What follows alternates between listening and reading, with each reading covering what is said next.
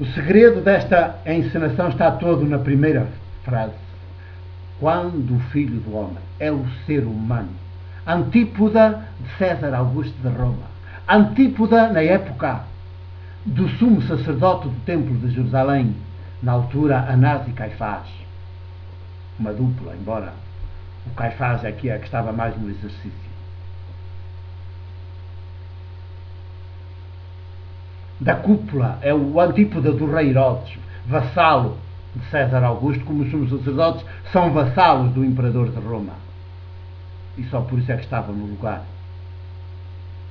Quando começaram a permitir que houvesse lá levantamentos na Palestina, sobretudo na Judeia, os exércitos de Roma invadem o território, massacram tudo e todos e destroem tudo. Da cidade e do templo não fica pedra sobre pedra. Tudo se consuma. Começou em 66 e consuma-se em 70, no ano 70.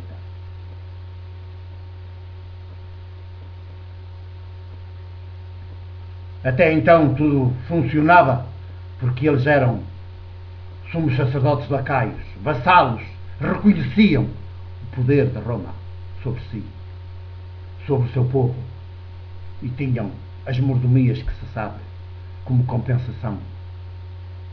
São os seus agentes, eram agentes do Império, que o Apocalipse bíblico, com que termina a Bíblia judeu-cristã,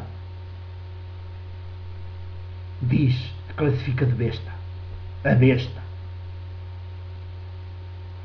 Exatamente o que os povos da terra tinham como o institucional mais sagrado, que o imperador era tido como o filho de Deus, tinha culto público nas ruas,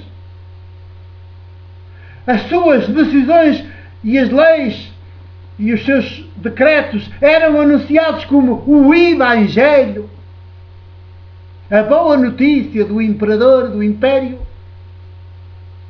Vem o Apocalipse e diz: isso, o império que tendes como o mais sagrado, é a besta. A besta.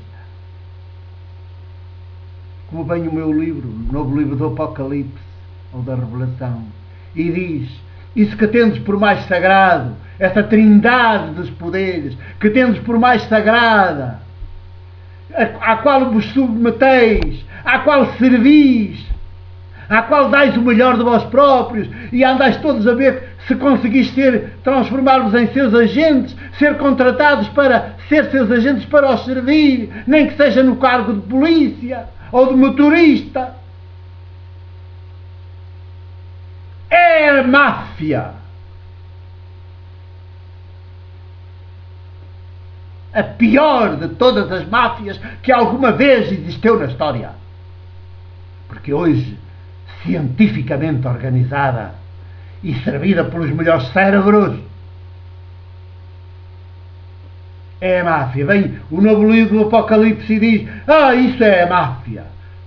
E essa trindade dos poderes. Lá está o poder religioso e eclesiástico, com as suas hierarquias todas. Lá está o poder político armado, judicial. Lá está e legislativo. Lá está o poder económico financeiro, hoje sobretudo financeiro. E se é económico é nas multinacionais, porque as pequenas empresas vai tudo para o galheiro. E eles absorvem tudo, concentram tudo, tornam-se multinacionais, transnacionais. Empresas transnacionais absolutamente incontroláveis pelos povos. E no topo de tudo, como síntese de tudo, o mercado total. Ou em plural, mercados, todos para o mercado. E é os mercados, são os mercados, o mercado, que está a ditar hoje as leis.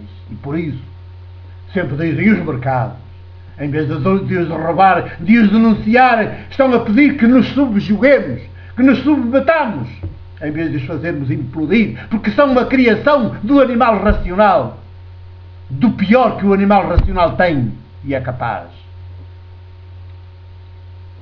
são uma criação, uma perversão. Por isso aqui na encenação diz que são do diabo e dos seus anjos, dos seus assessores, dos seus colaboradores, dos seus agentes históricos, dos que executam as suas vontades, todos esses funcionários altos, médios e baixos da trindade dos poderes. Sei do que falo, que eu fui ordenado presbítero, mas eles pretendiam que não fosse eu o presbítero, que fosse sacerdote e que depois fosse um funcionário religioso e eclesiástico no território que me era destinado. E eu fiz implodir. Na função, fiz implodir a função. Na minha fragilidade humana, ser humano, filho do homem, filho da Maria do Grilo, disse: não, isto não pode ser. Isto é uma crueldade. E comecei a agir de dentro do institucional para ele implodir, com a maiútica, com as palavras maiúticas, com os gestos maiúticos. Uma presença afetiva, relacional, de proximidade, sempre. Quase sempre só dormia na casa paroquial, de resto, sempre na casa das pessoas, de uma casa para outra, com outra, com uma família, com outra família, nos campos. E do altar, a derrubar o altar. Por isso a PIDE me prende por 2 vezes, como subversivo. Pudera. Mas subversivo é o Evangelho de Jesus. Olha, subversiva é esta encenação. Porquê? Porque não diz: quando o imperador,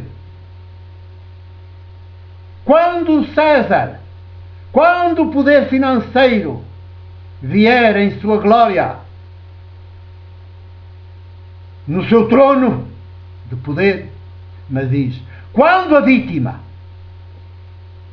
quando o ser humano, quando a fragilidade humana, filho do homem, é a fragilidade humana maiútica.